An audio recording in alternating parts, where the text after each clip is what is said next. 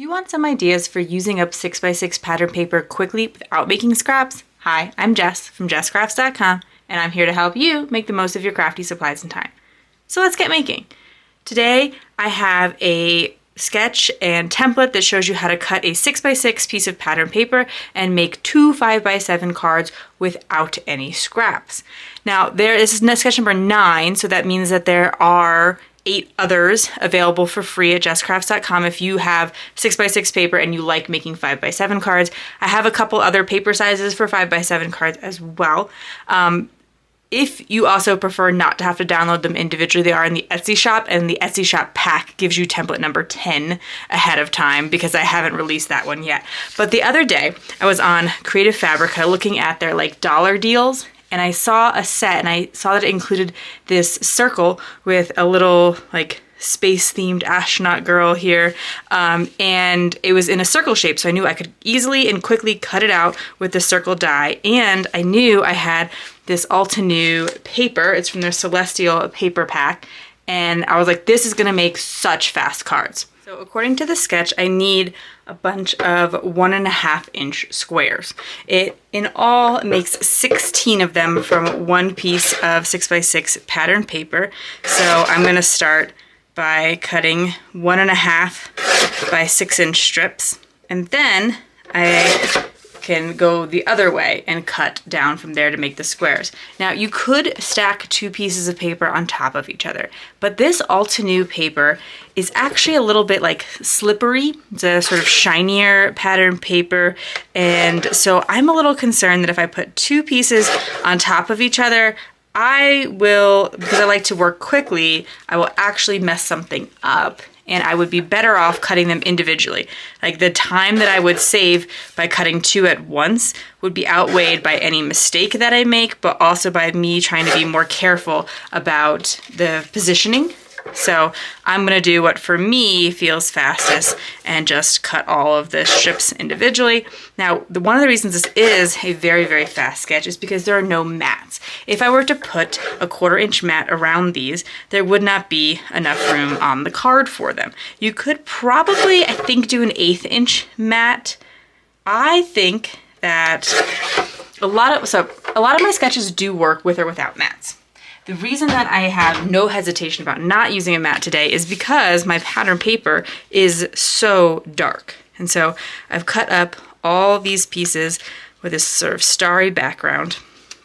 And one thing I will kind of consider doing with them is making sure, because sometimes even though I've measured everything to 1.5, one side will just somehow be slightly longer than the other. So I'm going to sort of make sure they're all the same because they do get lined up in this grid pattern.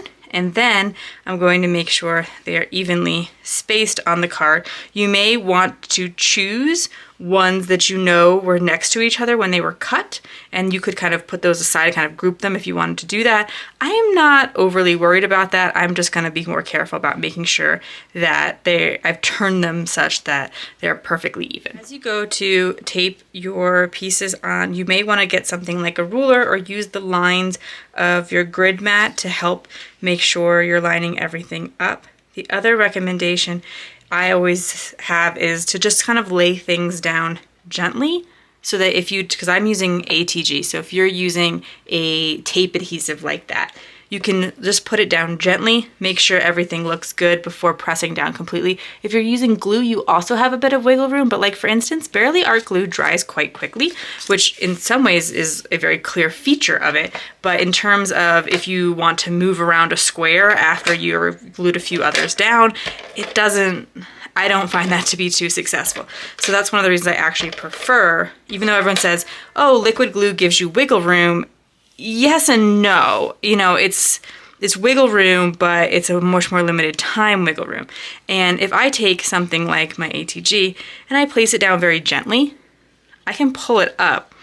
Now I have to be careful because it will rip the paper if I'm not if I push it down really hard or if I tear really fast.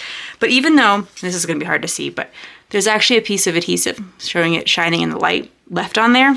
And so if I get that with my ATG, I can just gently use my finger and rub it off. You can also get like a little rubber eraser, or I think even just a plain eraser will do, but I just use my finger because it works and readily available.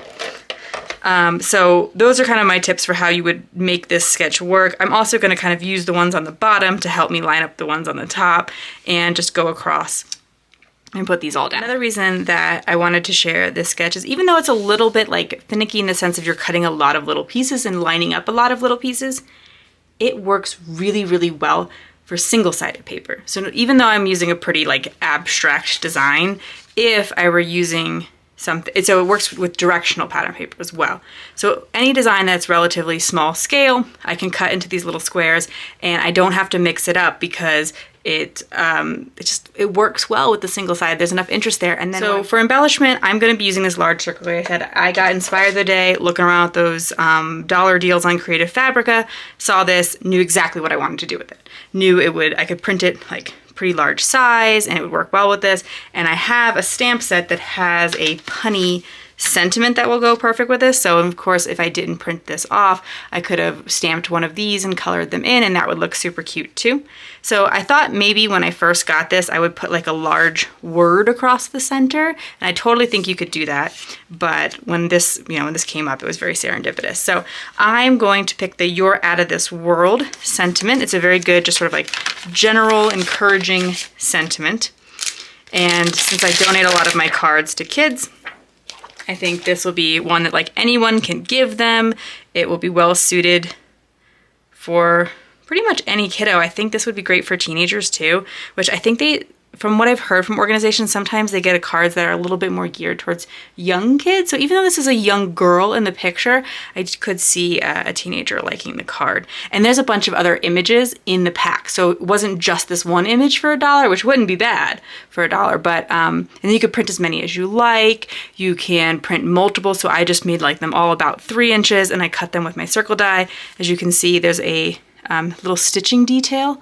Well, hopefully you can see that along the outside just to add some interest. I'm going to prop up my embellishment with little fake foam tape, which is just some scrap cardstock taped together, just to give it a little bit of dimension.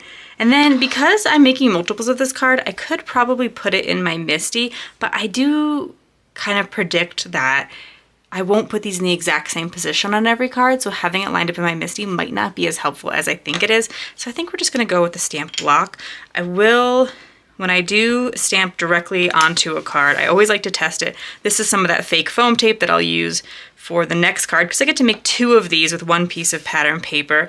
And then I actually printed off 6 of these, so I think I'm gonna use a whole bunch, and I'll probably have 6 cards in the end, but we'll just do this one together, and then you can go download this template and make as many or as few as you would like with it. All right, so then we got the "You're Out of This World" sentiment there, and that kind of helps to stretch, not leave this completely blank. I feel like it would feel a little unbalanced if I didn't add my sentiment over there to balance it, but if you wanted to skip the sentiment for any reason, I'd probably just put that embellishment in the center, and that would save a little bit of time, like maybe you didn't have a matching sentiment or something like that. If you found this video helpful, here's another video where you can find more ideas for enjoying your crafty time and supplies. Let me know you like this video with a share to your crafty community, subscribe and click the bell so you don't miss the next template or tutorial, and check the video description for product links. See you in the next video.